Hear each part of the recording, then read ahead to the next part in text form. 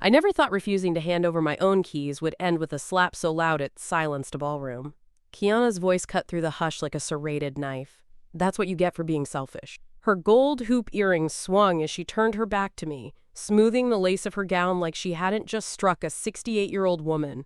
My son Darius stood next to her, lips pressed into a straight line, hands clasped like he was a groomsman waiting to be dismissed. He didn't say a word. All I had said, quiet, private, was, "You won't be needing my keys." That's it, nothing more. And before I could finish turning away, she raised her hand and delivered her answer. I bent down, gathered the metal stems of what used to be my glasses, and stood. I looked at Darius, his gaze fixed on the dessert table like maybe the coconut cake would disappear if he stared hard enough. Not even a flicker of apology, not even shame. Kiana's laughter rose behind me, loud, free. She had won something, claimed a prize. I didn't turn back. I walked out. Not fast, not hurried. Just one step after another, heels clicking steady on the polished tile. My palm throbbed from where I'd gripped my keys so tight. My face burned, but my spine stayed straight. October 5th, 2025, 7:43 p.m. That was the moment the whole truth began to bloom. Not the slap, not even her words, but the silence after. The kind that tells you exactly who will defend you and who never will. I didn't cry. Not yet. I just walked to the parking lot, where no one follows an old woman. Outside, the parking lot buzzed with the soft clink of valet keys and murmured conversations. I didn't rush to my car. I needed the air. The night was warm, the kind that stuck to your skin. Houston's autumn pretending it was still summer. The streetlights cast long shadows across the concrete, and the cicadas screamed their hearts out from somewhere in the trees. I stood under one of those buzzing poles, clutching the broken arm of my glasses like a wishbone. Kiana's laughter drifted out through the double doors. Not cruel this time. No, it was high and effortless, the kind of sound that told the room she was fine, victorious. She was probably telling the story already. Can you believe she wouldn't give me the keys? Like she needs that much space at her age? I could imagine it word for word. Darius would nod beside her, quiet, agreeable, the way he always had been since he met her. I didn't go back in. Didn't demand an apology or try to save face. That's not my way. My dignity doesn't ask permission to exist. I pulled the spare glasses from the glove compartment of my old Buick, scratched lenses, bent temple, but better than nothing, and sat in the driver's seat without turning the engine over. For a moment, I let myself feel it. Not just the slap, the silence, the betrayal, the reality that my own son had watched it happen and chose stillness over protection. They think I'm just Loretta Daniels, old widow who cuts flower stems for a living. The woman who brings pound cake to church and works extra shifts on Valentine's Day. And I'm that. I've walked Montrose sidewalks in the same pair of walking shoes for 6 years. I've brewed my tea on that tiny electric kettle for longer than I can remember. I know the exact crack in my apartment ceiling where the morning sun slants through. I keep my joys small and quiet. But I'm also more than they remember. They think age makes you simple, that a humble life is a weak one, that being soft means I don't see what's coming. Kiana's echo trailed me as I finally pulled out of the parking lot. My hands on the wheel were steady. My cheeks still burned, but something colder had settled beneath the skin. A decision. I didn't know the exact steps yet, but I knew this. I would never hand over my life in the form of a key. Not to her, not to anyone. By the time I got home, the ache in my jaw had dulled into a hum, but it was the silence that met me at the door that truly landed hardest. Familiar silence. My kind. I slipped off my shoes, left my bag on the hall bench, and walked through my apartment like it was the first time. A quiet place on West Main near Mandel, Montrose proper. 2 bedrooms, hardwood floors older than I am, and a balcony just wide enough for my morning tea table and the potted garden I tend like kin. Every day had its rhythm before Kiana inserted herself like static. I'd rise at 6 o'clock, the sun slicing in through the east window, and brew my jasmine tea while the kettle hissed inside. That balcony was my little church, where I read scriptures, rubbed my knees with liniment, and listened to the city wake up. Around 7:30, I'd pull on my apron, tie my scarf, and head to Petal Point Flowers on Yoakum. I've worked there since Harold died, nearly 8 years now. It's honest work. Hands in soil, arranging something beautiful out of cut stems and wire. The register creaks when you open it. The air smells like eucalyptus and carnations, and come February, we run out of vases and patience. But it's mine. That life is mine. And I lived it without interference, until Kiana started pointing at everything I loved like it was outdated. She never liked the Buick, said I should sell it and go Uber. Didn't care for my quilted couch or the way I organized my spice rack. Said chamomile was for old people, as if she weren't talking to one. But she always managed to laugh after those digs, patting my hand like she was being charming, not cruel. That balcony? She called it cute the first time she visited. Then, months later, I overheard her telling someone on the phone, "It's just wasted real estate. That view could sell by itself." Wasted. That's how she sees my life. Space she could monetize. An address she could inherit like shoes. And Darius, Lord help him, just stood beside her through it all. Smiling, nodding, trying to smooth her edges like a child afraid of noise. But in those quiet years before, I was content. Not wealthy, not flashy, but rooted. And no one ever made me feel like my space belonged to them, until Kiana came sniffing around like she'd earned a deed just by marrying my son. I still remember the first time Darius brought her over, a humid Thursday in March of 2023. I had made smothered chicken, collard greens, and sweet cornbread, the kind that comes with a crust if the cast iron's seasoned right. He said, "Ma, this is Kiana," like I should already know her. She had that fresh from the salon look, edges sharp, nails long, lashes longer, and a smile that didn't reach her eyes. She scanned my apartment like it was an open house. Didn't sit until Darius did, didn't compliment the food until she'd tasted it, and even then her sounded like a formality.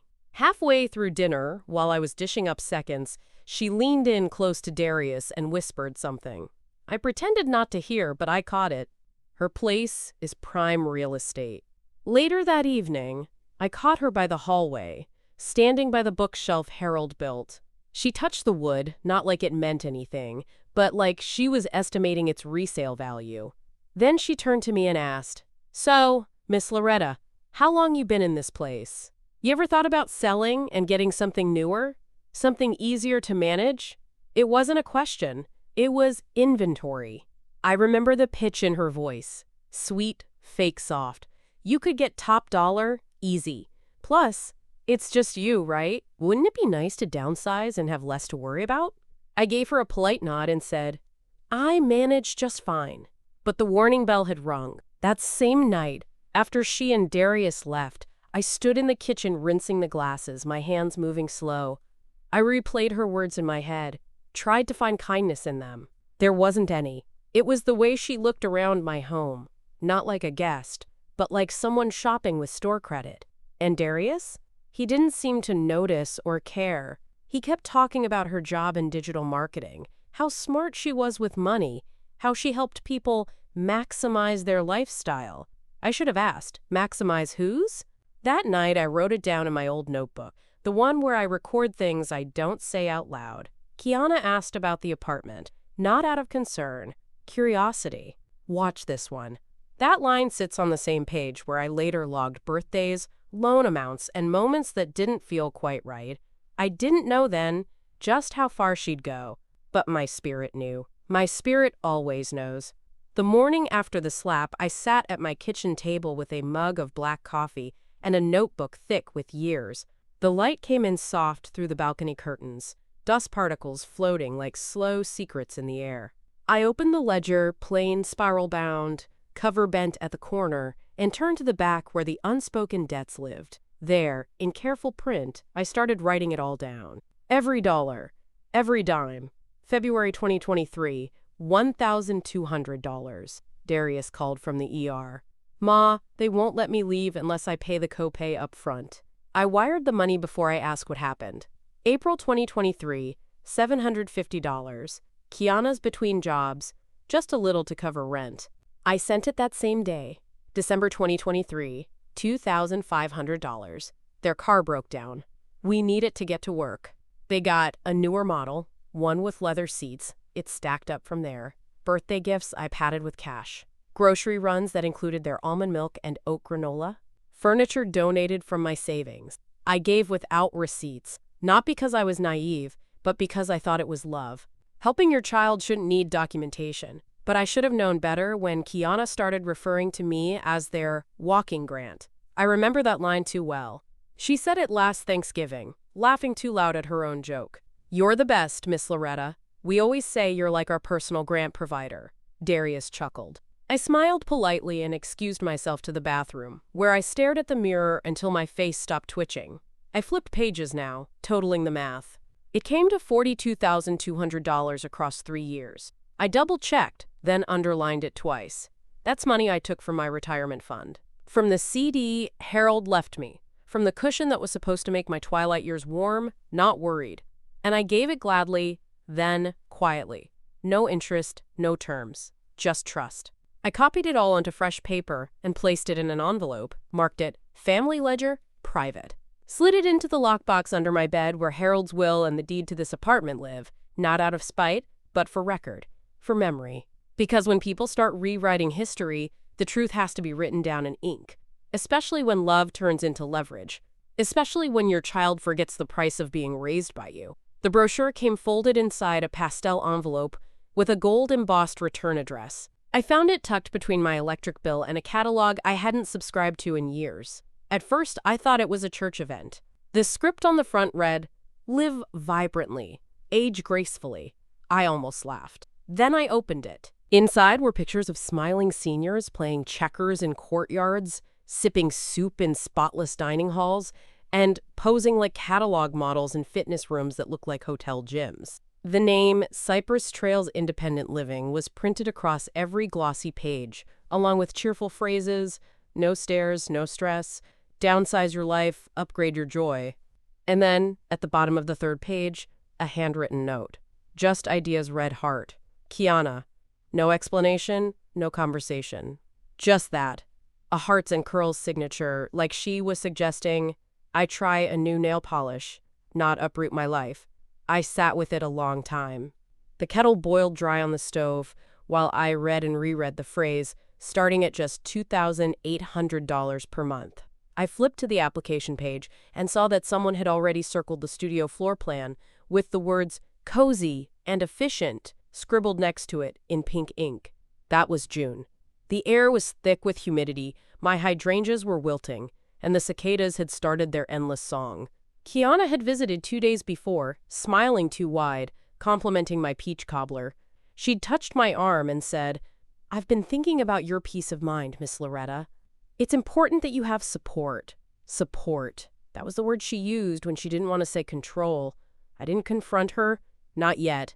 I folded the brochure back into its envelope, wrote the date on the outside, June 3rd, 2025, and placed it inside the same lockbox that now held the family ledger. I wasn't ready to name it as an attack, but my bones recognized something my heart was trying to ignore. There's a particular tone some people use when talking to older women, the kind that dresses dominance in concern. That's what this was. It wasn't a gift, it was a campaign. That envelope was the first clue. A sweetened warning, wrapped in cursive and coded with fake kindness. It said more about Kiana than she realized. She didn't want to help me live. She wanted me to move out of her way. It was supposed to be just dinner. I had made brisket and lima beans the way Darius liked, set the table with the good linens, lit the tall candles I reserve for birthdays or quiet holidays. September 22nd, a Sunday. Still warm outside, but the light had begun to shift, softening toward autumn. They arrived in a trio, Kiana, her parents, and someone she introduced as her cousin Louie. I wasn't prepared for a full delegation. We sat, all 6 of us, around the table while the brisket cooled. They waited until my second bite before they pounced. Miss Loretta, her mother began, unfolding a manila folder like it was part of a church program. "We've been talking as a family. We wanted to bring you into the conversation." That tone again. Too smooth, too coordinated. I looked at Darius, but he was watching his fork like it held the answers. Kiana passed the folder across the table. "We've been working with Louie on a financial plan for our future." she said, her voice sweet and bright. "And it occurred to us that your apartment might be part of a bigger blessing." I opened the folder. The first page was a property appraisal. My apartment, valued at $392,000. "This is just an idea," Louis said, gesturing like a salesman. "But if you were to gift the apartment to Darius now, while you're healthy, it could avoid a lot of complications down the line." "Complications?" I asked, not raising my voice. "You know," her father said. "Probate, legal fees. If you transition to a senior community, it's smart to streamline assets." I closed the folder, slow and deliberate. My fingers left a faint smudge on the page. Kiana leaned forward. "We could help with the move, of course. I already toured a lovely place out near Sugarland. Beautiful amenities. You'd love it." I sipped my tea. "That brochure you sent? Was that the place?" She blinked, then smiled. "Yes! I'm so glad you looked at it." Darius finally spoke. "We're just trying to think ahead, Ma. For everybody's sake." Everybody. But mine. I cleared the plates without comment. Let them sit there in their campaign of concern. They thought I'd be flattered, that I'd hand over my home like a warm casserole. Instead, I folded the appraisal into my apron and said, "I'll sleep on it." But what I meant was, I see you now. And I don't forget a single face at my table when the knives come out. They waited exactly 1 week before pressing further. September 29th, I remember, because it was a Monday, and the church across the street was having roof work done. Hammering echoed all afternoon, as if someone was trying to break into heaven by force. Kiana and Louis returned alone this time. No cornbread, no charm. Just matching laptops, a satchel full of papers, and that same fixed smile she wore when things weren't going her way. "We just want to check in," Louis said, already unzipping his case. "There's some concern about long-term decision-making." I stood in my own living room, dish towel still in hand from drying mugs. "Whose concern?" "Well," Kiana began, perching on the edge of my floral armchair like it might stain her. "We've noticed a few things. Forgetfulness, resistance to new ideas. Darius mentioned, you've been avoiding calls." I folded the towel neatly, placed it on the counter. "You mean I've been setting boundaries?" Louis cleared his throat and pulled out a slim packet labeled Durable Power of Attorney Draft. "No one's suggesting anything drastic. This is just a proactive measure. We'd feel better knowing your financial affairs were in capable hands." "Yours?" I asked. Kiana chuckled nervously. "It wouldn't be me directly. Louis would oversee it. Neutral, third party. Just until you feel more comfortable." I walked over to the window and watched the workers across the street. One man balanced on a beam, his arms steady, back straight. He wasn't young, but he knew what he was doing. No one was trying to take his tools away. "You sent me a brochure," I said, voice level. "Then an appraisal, now a POA draft. That's not concern, that's a campaign." Louis started to explain legal thresholds, words like capacity and undue risk. I held up a hand. "You're worried about my cognition? Let me save you the trouble. I remember every dime I gave Darius, every meal I made, every errand I ran while y'all were off getting facials and planning brunch weddings." Kiana shifted in her seat. "We just don't want something to happen and be unprepared." I turned toward her slowly. "The only thing unprepared was your expectation that I'd roll over." Their silence was loud. I let it fill the room. I didn't raise my voice, didn't cry. But I opened the front door and held it. They left the folder on my coffee table. I didn't touch it for 2 days, but I never threw it away. I kept it. Proof. For later. By October 1st, I was tired. Not just in the body, but soul tired. That kind of bone-deep fatigue that doesn't come from age, but from disappointment thickening day after day, like layers of dust in corners no one bothers to clean. The folder still sat on my coffee table, unopened since they left it. I walked past it all week, eyes flicking toward it like it might hiss. But that night, after a long shift repotting poinsettias at Petal Point, I finally sat down and peeled back the cover. Inside was a draft deed transfer. My apartment, dated and formatted, already typed up for temporary reassignment to Darius Daniels. My name was on the grantor line.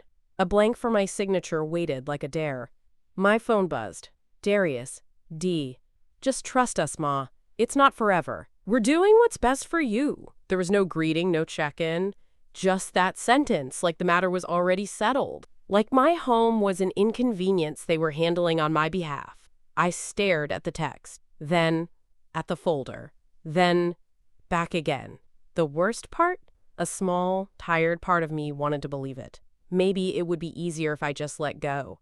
Let them manage the paperwork. Let the younger ones handle things. That's what they expected. Quiet compliance dressed as trust. I sat there for hours. Didn't eat, didn't move. The TV played something forgettable in the background, while the weight of it all pressed against my shoulders like judgment. They were wearing me down, not with force, but persistence, with their sighs and spreadsheets, with their practiced concern and their timed phone calls. At one point, I picked up a pen, clicked it, unclicked it. Then I remembered Kiana's slap, the sting of it, the way her voice carried across that ballroom while my dignity lay in pieces beside broken glasses. I remembered the silence from Darius, the way he looked through me like I was a nuisance, not his mother. And I set the pen down. I didn't sign it. I didn't tear it up either. I put it back in the folder, slid it beneath the couch cushion, and left the room. Because when someone tries to empty your life into theirs, sometimes the strongest answer isn't rage. It's refusal. Quiet, steady refusal that doesn't need to explain itself. They thought I was close to giving in. When I stepped into the parking lot that night, the ballroom lights still glowed behind me, soft and golden, as if nothing shameful had just happened inside. As if Kiana's palm hadn't connected with my cheek in front of 100 witnesses. As if my own son hadn't chosen stillness over justice. It was 8:01 p.m. The asphalt radiated leftover heat from the day. I stood beside my Buick, not ready to drive. My heart had slowed, but it wasn't calm. It was cold. Precision had taken the place of pain. I took out my phone and scrolled past every missed call and message from Darius that I hadn't answered in weeks. Past his texts asking about just signing the temporary deed and making the process smoother. I found the number I hadn't used in 5 years but never deleted. Cameron Ellis, financial advisor. Harold and I met him through our credit union when we were planning retirement. Young then, cautious, but thorough. Harold liked him because he never talked down to us. I hit call. He answered on the second ring, surprised but warm. Miss Daniels? Wow. It's been a while. I need to shield my property, I said. No preamble. Can we set up something secure? LLC or trust? I'll let you guide it, his voice sharpened. Absolutely. When are you free? I'm free now. A pause, then a quiet. You okay? No, I said, but I'm ready. He gave me a time for the following morning. I ended the call, then took a photo of my broken glasses in the passenger seat. Not for sympathy, for record. Then I opened my banking app and flagged every joint access I'd once given Darius. Informal links, quick pay settings, anything careless. I removed them one by one. Changed my PIN, enabled two-factor authentication. On my Notes app, I typed October 5th, 2025, 8:01 p.m. called Cameron Ellis. Purpose, property protection. Trigger, assault plus attempted coercion. I saved it, locked it, backed it up to cloud storage. Inside that ballroom, Kiana was probably toasting, veil tucked back, champagne lifted high, laughing like the slap was already forgotten. But she didn't know I had just made a call that would reroute the entire plan she thought was hers. She played her move, loud, reckless. Now it was my turn. Cameron's office sat on the 6th floor of a beige building off Richmond Avenue, tucked between a dental clinic and a title company. By 9 a.m. on October 6th, I was sitting in a chair across from him, the same chair Harold once used when we talked about annuities and bond ladders. Cameron had aged some little silver at the temples, but his handshake was still steady, and his eyes still met mine with clarity. Tell me everything, he said. I did. Not all at once, not in a rush. I handed him the folder with the appraisal, the draft deed, the POA attempt. I told him about the slap, the wedding, the pressure tactics, the fake concern wrapped around financial ambition. When I finished, he leaned back and exhaled. This isn't elder care, he said. It's asset harvesting. He opened a new file and began drafting the paperwork to establish a single-member LLC, Daniels Legacy Holdings. My name would be the only one on record. The apartment would be assigned to the company, which I would own entirely. Any future sale or use of the property would pass through that structure. Not through Darius, not through Kiana, not through anyone but me. He printed the form while I reviewed it. Every line was clean, every clause protective. I signed it with a pen that felt heavier than it should have. It wasn't just ink. It was recovery. Once the county clerk processes the LLC filing, we'll assign the deed, he said. It'll show public ownership under the company. No one can touch it unless they take you to court. Let them try, I murmured. Cameron smiled, then handed me the confirmation receipt. It's not armor, he said, but it's close. That afternoon I received a text from Darius. Call me. We just heard the bank won't co-sign the new mortgage without your property. What's going on? I didn't respond. By the end of the day, the LLC was active in the state database. I downloaded the confirmation PDF and uploaded it to a private folder labeled Control Measures. At home, I opened the windows and let the air in. Light swept across the floor, catching on the framed photo of Harold in the hallway. I touched the glass. It's done, baby. They thought they'd locked me in. What they didn't see was that I'd already changed the door. And this time, the key was mine alone. That evening, once the apartment was quiet and the sky had turned a tired navy, I powered up my old laptop and laid every piece of evidence out, like a puzzle on the dining table. The receipts, the screenshots, the call logs. I didn't move fast, I moved right. I pulled out the flash drive, I kept tucked in my desk drawer, and opened a new folder. Support documentation. Daniels. Each file got a label and a date. No emotion, just data. I scanned the transfer receipts for every bank payment made to Darius since 2022. Rent assistance, emergency, gifts.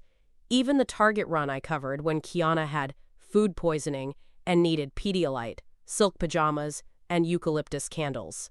There was one transfer marked as gift from my bank, $10,000 exactly. I remember the day, June 1st, 2024. Darius called, said they needed it to pay off a car loan. I had written for wedding in the memo line. That night, I revised it in my private ledger. Loan, unrepaid. I scanned check stubs too. Kiana's name appeared on 3. The largest was a personal check I'd written to her for business growth. She claimed she was starting a boutique branding firm. I found the check image through online banking and saved it with the caption, $2,000 unreimbursed. On the second monitor, I pulled up the text threads, scrolled back months, screenshotted every conversation where they asked for money, promised to pay it back, or spoke of my apartment like it was already theirs, labeled them by sender and date, backed up everything to cloud storage and copied the folder to the encrypted drive. I didn't just document betrayal, I curated it. Then I took screenshots of Kiana's now scrubbed social media, posts that once showed off designer handbags and cozy evenings at Ma's place with captions that claimed family closeness. All gone. But the internet remembers, and so do I. By the time I finished, the table was covered in neat piles. Facts, not feelings. It was past midnight, but I wasn't tired. I felt prepared, calm. This wasn't vengeance. It was insurance. I slid everything into labeled folders and tucked them inside a locked cabinet beside my birth certificate and Harold's will. Then I poured myself a cup of tea, strong, black, unsweetened, and sat by the window. By the next morning, I knew exactly who I needed in my corner. Not to fight. This wasn't a war. It was a correction, a realignment of roles, and I wasn't about to stand alone in a storm I didn't start. I began at Mount Moriah Baptist, the church Harold and I joined back when Darius was still wearing bouties to Easter service. I asked to speak with Bishop Holloway, not in the pulpit, but in the library, a quiet room paneled in oak with sun-bleached hymnals and donated dictionaries no one had opened in years. He listened without interruption as I explained. I didn't dress it up. I laid it plain. The slap, the money, the slow erasure of my autonomy disguised as help. His brows furrowed deeper with every word. I don't want revenge, I told him. I want dignity. I want receipts acknowledged and lies corrected. He nodded slowly, then said something that stayed with me. Sister Daniels, God gave you discernment for a reason. Use it. We agreed on a time. October 12th. A donor appreciation event already on the calendar. He'd call it a celebration, but he'd give me the stage one needed. 15 minutes, he said. That's all it'll take, if your papers are in order. They are, I said, handing him a sealed envelope of selected documents. I don't need to shame them. I just want the truth to echo in a room full of people who once believed otherwise. Later that afternoon, I met with Amira Bell at her office on Westheimer. Realtor by trade, building manager by necessity. I'd helped her mother pick out roses for her retirement party once, years ago, and Amira never forgot. She showed me the latest HOA communications. Kiana had contacted the board, attempting to, quote, update resident records under the assumption that she'd soon be managing the property. Her words. But Amira had CC'd me. A quiet act of loyalty. I flagged it as premature, she said with a wink, but figured you should see it. And then there was Cameron, my anchor on the financial front. We met again to finalize what would be presented. He handled numbers like a minister handles scripture, with care, with precision, with fear of God. I left each meeting lighter, not because I'd won anything, but because I wasn't carrying the weight alone anymore. They had their conspirators. Now I had my witnesses. October 8th, just before noon, I walked into the offices of Ellis & Tate Legal Services, not connected to Louis, not by blood or business. Cameron had arranged the referral. Clean firm. No entanglements. The receptionist offered me coffee, which I declined. I already had everything I needed. I sat across from the notary with 2 envelopes, one to send, one to file. Inside the first, an official boundary, certified letter, titled, Notice of Conditional No Contact, Pending Restitution. Cameron helped me draft it, in clear, professional language. No threats, no emotion, just clarity. Effective immediately, I am suspending all contact with Darius Daniels and Kiana Daniels until restitution is made for the documented total of $42,200, dispersed over 36 months. Restitution is not negotiable. No further requests, inquiries, or interventions regarding my property, health, or legal affairs will be acknowledged. Attempts to circumvent this boundary will be considered harassment and referred to legal counsel. I signed it in blue ink. Real signature.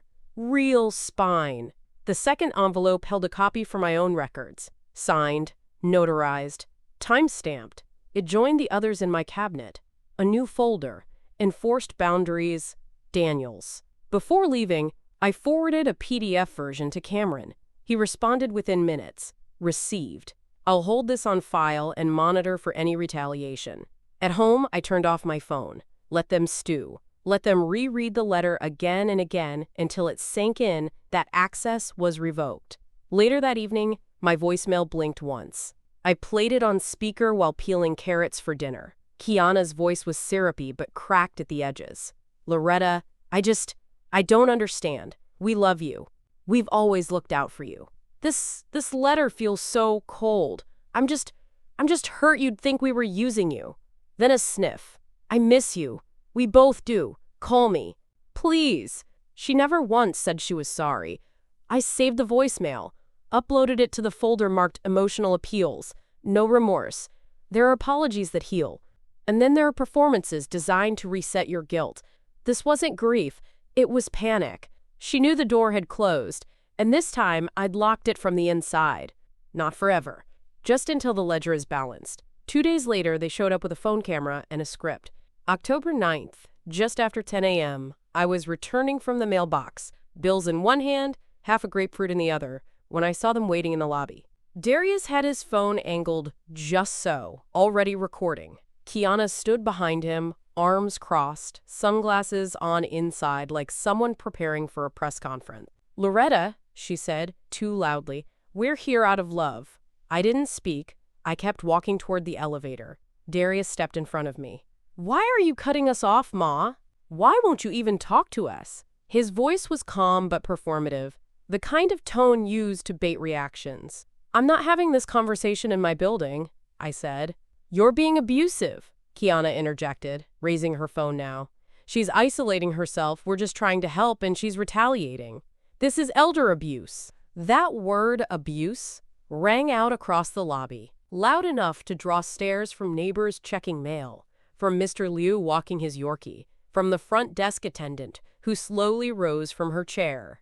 Amira Bell stepped out from the office next to the security desk. She'd seen the footage later, but she knew the pattern already. She motioned to the guard, Carlos, to begin pulling security clips. Darius kept filming. "Ma, please, don't do this. We're your family." "You were," I said, stepping past him. "Now you're just people with cameras." They followed me to the elevator. I stepped inside, pressed the button.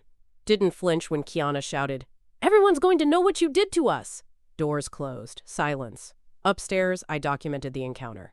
I noted time, location, witnesses. I emailed the building manager to request the lobby footage and attach it to my existing file.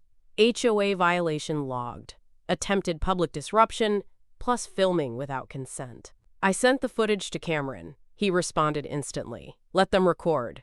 We've got timestamps, audio, building logs. They're showing their hand." By sunset, the HOA sent a warning notice to Darius and Kiana for unauthorized solicitation and disruptive conduct. Strike one. This wasn't grief. This wasn't a child trying to reach his mother. It was a performance. And the more desperate the actor, the louder the monologue. But I wasn't their audience anymore. I was the stage manager now, pulling the curtain when it suited me. And they hadn't yet learned. You can't rewrite the scene once the cameras catch the truth. The church hall glowed warm with string lights and pressed linens. October 12th, 6 p.m. sharp, Mount Moriah's annual donor appreciation evening. There was punch, sheet cake, gospel jazz playing softly, and more people than I'd expected. Cameron stood by the coffee urn in a tailored navy suit. Bishop Holloway greeted guests near the door with a calm that made everything feel sacred. I wore my emerald dress, Harold's favorite. The one with the satin collar I only brought out for christenings and second weddings. Darius and Kiana arrived 20 minutes in. She wore a white wrap dress like it was still her wedding season. He wore guilt in his shoulders, even if his smile didn't show it. They didn't see me at first. Tucked near the projector setup with Cameron and Bishop Holloway, Kiana walked the room like she owned it, shaking hands, posing as a grateful guest. They had taken the bait. The invitation had been simple. Mount Moriah celebrates its donors, past, present, and legacy. Join us in acknowledging those who make our ministry possible. No mention of me. No hint of the storm. Bishop Holloway took the mic at 6:40 p.m. "We are blessed," he began, "to be surrounded by those who give, quietly, faithfully, and often invisibly." He smiled toward me. "Tonight, we name them." The slideshow began. A list of donors, then their legacies, and then my name, Loretta Daniels, Daniels Legacy Holdings, LLC. A soft rustle moved through the room. Next slide. A scanned copy of the LLC formation, dated October 6th. The apartment's address beneath it. Legal ownership noted. Kiana froze. Slide after slide followed. Total sums given to the church in my name. Anonymous donations linked back to my accounts. Cameron stepped up then, unfolding a ledger of documented financial support to Darius. Summed, itemized, and marked unpaid. No slander, no accusation, just truth. And truth is heavy when it lands with witnesses. Kiana's eyes darted. Darius looked at his shoes. Then Bishop Holloway offered a small plaque. With gratitude to Loretta Daniels, whose quiet strength secured legacy, truth, and home. Polite applause. I stood to receive it. Not for show. For proof. When I turned to face them, their expressions weren't angry. They were undone. Because now the room knew. Not just what happened, but who I was. Not the woman who got slapped. The woman who documented the slap and owned the building where the echoes would always linger. At 6:45 p.m., the side doors of the church hall opened, revealing the small projector room. Guests began to file in, curious now, hushed. Some clutched paper programs. Others followed the soft instructions on the screen. Please take a seat. Presentation begins shortly. Cameron stood at the front, remote in hand, crisp blue shirt rolled at the sleeves, calm as ever. I sat in the first row, not to make a scene, but to confirm I had nothing left to hide. He started with a title slide. Personal giving, private pressure, one mother's ledger. Then came the documents. Each one appeared with date stamps and notes. First, a bank transfer labeled emergency medical copay, followed by a text from Darius the same day, thanking me for covering again. Then, the June 2024 transfer, the $10,000 flagged earlier, with the memo line, gift in quotes. Cameron explained the distinction between informal loans and enforceable agreements, especially when there's a pattern of expectation. Slide after slide, screenshots of messages, checks endorsed by Kiana, the brochure she mailed, scanned with her handwritten Just Ideas red heart. The draft POA Louis had left on my coffee table, each file timestamped. Each explained without venom, just precision. Then the big one, the LLC registration. The apartment's deed transferred out of individual ownership. Cameron projected the public filing. My name, my control. No ambiguity. The room was silent. He finished with a simple note. This is not a lawsuit. This is not revenge. This is documentation. From the back, someone whispered, Lord. Another guest murmured, she kept receipts. I turned then, not with anger, not even triumph, but calm clarity. Darius sat 2 rows behind, white as cotton. Kiana, shoulders squared tight, stared forward like glass might shatter. The final slide was a still image from the ballroom, the moment after the slap, caught on security footage. I hadn't authorized that one until yesterday, but it said everything that words couldn't. Cameron clicked the remote one last time. The screen went black. Truth, he said gently, stands on its own. Bishop Holloway stood. Let us close in prayer for peace and accountability. I didn't need applause. I didn't wait for apologies. I stood, gathered my folder, and walked out without looking back. The receipts weren't for revenge. They were for remembrance. And now the forgetting wasn't mine to carry. October 13th arrived without fanfare. The sky was pale and dry, the kind of morning that promises neither storm nor peace, just clarity. I brewed my tea as usual, but today I didn't sit on the balcony. I stood by the door, waiting for Amira Bell's call. It came at 9:17 a.m., locks changed, keys delivered, invoices in your inbox. Thank you, I said. My voice was steady, even gentle. But the weight of it settled something inside me. An hour later, the locksmith's van pulled away from the curb, 2 new deadbolts, a reinforced strike plate, keypad entry, code known only to me and Amira. The old brass keys, once held by Darius, just in case, were now obsolete. I opened the envelope he used to keep in his drawer, where I'd left a spare out of trust, not necessity, and slipped the useless metal pieces inside. Labeled it Returned Access, October 13th, placed it in my lockbox. Next came the digital revocations. HOA portal, access revoked. Emergency contacts, updated. Utilities, account names verified, listed under Daniel's legacy holdings. No more shared responsibilities. No more quiet permissions I didn't remember granting. At 11:04 a.m., there was a knock. Not the soft kind either. A frantic, closed-fist thump against wood. I opened the inner curtain but left the door shut. Kiana stood on the stoop, winded, her hair slightly frizzed. She wasn't dressed for drama this time. No silk wrap, no heels. Just jeans, sandals, and a sweatshirt with the college logo she never finished attending. "Loretta!" she called out. "This is insane! You can't just lock us out." "Darius is in the car. He's not well." I didn't open the door. "You're doing this to your family," she snapped. "You'll regret it when you're old and alone." Behind her, the car idled. Darius didn't get out. I looked at the door. Then, at the keypad. My hands didn't shake. I said nothing, just turned away. She pounded once more. Then silence. By noon, they were gone. I sat on my balcony with a new set of keys in my lap. 6 digits punched into a lock changed more than entry. It rewrote a threshold. That night, I replaced the doormat. The old one said, "Welcome." The new one simply read, "Only the keys I choose." No gloating. No vengeance. Just quiet ownership. And for the first time in a long time, my home felt exactly like it should. Mine.